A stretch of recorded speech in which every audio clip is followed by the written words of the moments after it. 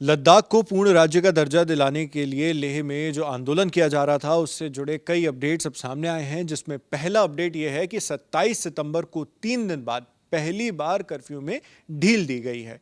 ये ढील दोपहर में 4 घंटों के लिए दी गई थी। वहीं दूसरा अपडेट सोशल और क्लाइमेट एक्टिविस्ट सोनम वांगचुक से जुड़ा हुआ है। लद्दाख के डीजीपी एसडी सिंह जामवाल ने सोनम वांगचुक के पाकिस्तान कनेक्शन को लेकर कुछ दावे किए हैं। ये दावे क्या हैं, आइए साथी सुप्रिया से जानते हैं। जी सुप्रिया, क्या बताया उन्होंने? जी, लद्दाख के डीजीपी एसडी सिंह जामवाल ने 27 सितंबर यानी आज के दिन एक प्रेस कॉन्फ्रेंस की है। इसमें उन्होंने कहा कि कुछ दिन पहले हमने पाकिस्तान इंटेलिजेंस ऑपरेटिव यानी पीआईओ के एक सदस्य को पकड़ा था। वो वांगचुक से जुड़ी जानकारियां पाकिस्तान भेज रहा था। हमारे पास इसका रिकॉर्ड है। डीजीपी ने आगे कहा कि वांगचुक पाकिस्तान के न्यूज़पेपर डॉन के एक इवेंट कार्यक्रम में शामिल भी हुए थे। इसके अलावा बांग्लादेश भी जा चुके हैं, इसलिए उन पर सवालिया निशान है। डीजीपी ने आगे ये भी कहा कि सोनम वांगचुक का जो इतिहास रहा है वो भीड़ को, लोगों को भड़काने का इतिहास रहा है। उन्होंने क्या कहा है एक बार आप डिटेल्ड में सुनिए, फिर हम इस पे आगे की बात करते हैं। जो सोनम वांगचुक का है, अगर आप देखें इनका प्रोफाइल और एक इनकी हिस्ट्री रही है, ये सारा कुछ आपको यूट्यूब में अवेलेबल होगा। जिस किस्म से इंस्टिगेशन वाली उन्होंने बातें की हैं, अरब स्प्रिंग की बात की है, या नेपाल या बांग्लादेश या श्रीलंका की जो इंस्टिगेट करने के लिए उनका एक अपना एजेंडा है। जहां तक आपकी फॉरेन फंडिंग की बात कर रहे हैं, उसके ऊपर ऑलरेडी प्रोसेस चल रही है। एफसीआरए की वायलेशन का कितना वहां पे है। हमने पिछले दिनों जब चलो इस प्लेटफॉर्म में बता देता हूं, हमने एक पाकिस्तान पीआईओ भी पकड़ा था जो इनके साथ उनकी रिपोर्टिंग करके अक्रॉस भेज रहा था। उसके भी एक हमारे पास रिकॉर्ड है। हमारे पास इनकी जो विजिट्स हैं, जैसे पाकिस्तान में डॉन की इवेंट इन्होंने वहां पे जाके किया, उसके बाद बांग्लादेश में, तो ये सारा एक बहुत बड़ा क्वेश्चन मार्क है इनके ऊपर। और इसके बीच में डिफरेंट एजेंसीज जो हैं जिनका ये काम है वो ऑलरेडी इसमें इन्वेस्टिगेशन कर रही हैं और उसमें एक्शन लेंगी। दरअसल डीजीपी की ओर से जो आरोप लगाए गए हैं, जो दावा किया गया है कि जो सोनम का पाकिस्तान से कनेक्शन रह चुका है। बीते दिनों सोनम वांगचुक ने लल्लन टॉप से बात की थी।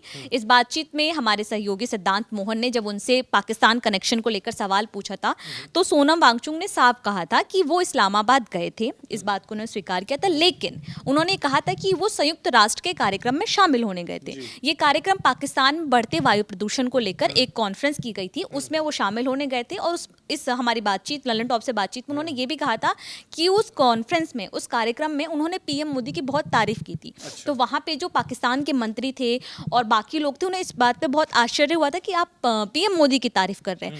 तो उनका कहना है कि इस तरीके के जो आरोप उन पे लगाए जा रहे हैं, ये पूरे आंदोलन को और पूरे प्रदर्शन को भटकाने के लिए लगाए जा रहे हैं। एक तरह से यानी उन्होंने जो दावा किया जा रहा था कि डॉन के कार्यक्रम, पाकिस्तानी अखबार के कार्यक्रम में, तो उसको उन्होंने नकारते हुए कहा कि संयुक्त राष्ट्र का, यूनाइटेड नेशंस का प्रोग्राम था और एक तरह से वो भारत का प्रतिनिधित्व कर रहे थे वहां पर क्लाइमेट एक्टिविज्म के चलते अपने। जी, सरकार को ये लग रहा है और पुलिस का ये दावा है कि सोनम वांगचुक ने ये लेह में जो भी प्रदर्शन हुआ है उसके पीछे उनका हाथ है और उनको राष्ट्रीय सुरक्षा कानून यानी एनएसए के तहत गिरफ्तार करके जोधपुर की सेंट्रल जेल में भेजा गया है। इसके तहत लंबे समय तक बिना जमानत के हिरासत में रखा जा सकता है। जी। और इसके आज की जो प्रेस कॉन्फ्रेंस थी, जब उसमें डीजीपी से सोनम वांगचुक की गिरफ्तारी को लेकर सवाल पूछा गया, तो उन्होंने जो जवाब दिया उसकी भी काफी चर्चा। सुनिए वो क्या बोले हैं। देखिए, मेरी अभी तक की जो नॉलेज है, 44 लोग हमने जो है वो गिरफ्तार किए हुए हैं जो जेल में हैं। उसमें से 5-6 जो हैं, जो मेन रिंग लीडर्स हैं, वो पकड़े गए। और ऑब्वियसली सोनम वांगचुक जो मेन उसका इंस्ट्रूमेंट प्लेयर था, उसको हमने एनएसए के भेज दिया बाहर। अच्छा सुप्रिया, इस पूरी हिंसा के दौरान बार बार विदेशी साजिश के भी जो है वो इल्जाम लगाए जा रहे हैं, पुलिस भी लगा रही है, तो पुलिस ने इस बारे में और कोई जानकारी दी? क्या कहा इसके बारे में, कोई बयान है? हाँ नावेद, इस पे भी लद्दाख के जो डीजीपी हैं एसडी सिंह जामवाल से जब सवाल पूछा गया इस पूरे मामले पे, तो उन्होंने कहा कि जांच के दौरान 2 लोगों को पकड़ा गया। अगर वो किसी साजिश का हिस्सा है तो मैं नहीं कह सकता।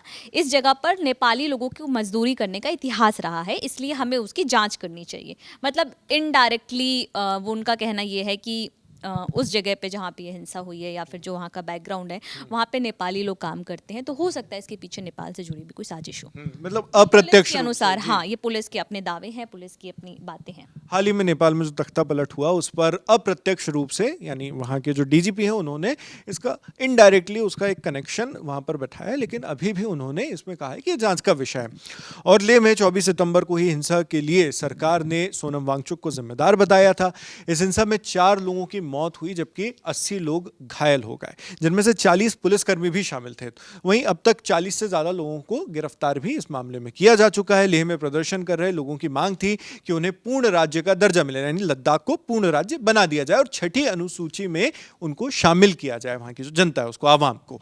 इस बीच लद्दाख के जो सोशल और क्लाइमेट एक्टिविस्ट सोनम वांगचुक है, उन्हें 26 सितंबर को गिरफ्तार कर लिया गया। उन्हें राजस्थान के जोधपुर सेंट्रल जेल में ले जाया जाता है, जैसा कि हमारी साथी सुप्रिया ने भी आपको बताया। सरकार ने वांगचुक पर जो लेह में हिंसा हुई है उसका जिम्मेदार माना था, जिसके तहत उनके खिलाफ यह कार्रवाई की गई। अब इस पूरे मामले में आगे भी जो अपडेट्स इस तरह से आते रहेंगे, जो भी बड़ी खबरें होंगी, वो हम आप तक लगातार इसी तरह पहुंचाते रहेंगे। मैं नावेद हूं, हमारी साथी सुप्रिया ने आपको ये जानकारी दी। कैमरे पर दानिश है, देखते रहिए दी लल्लन टॉप।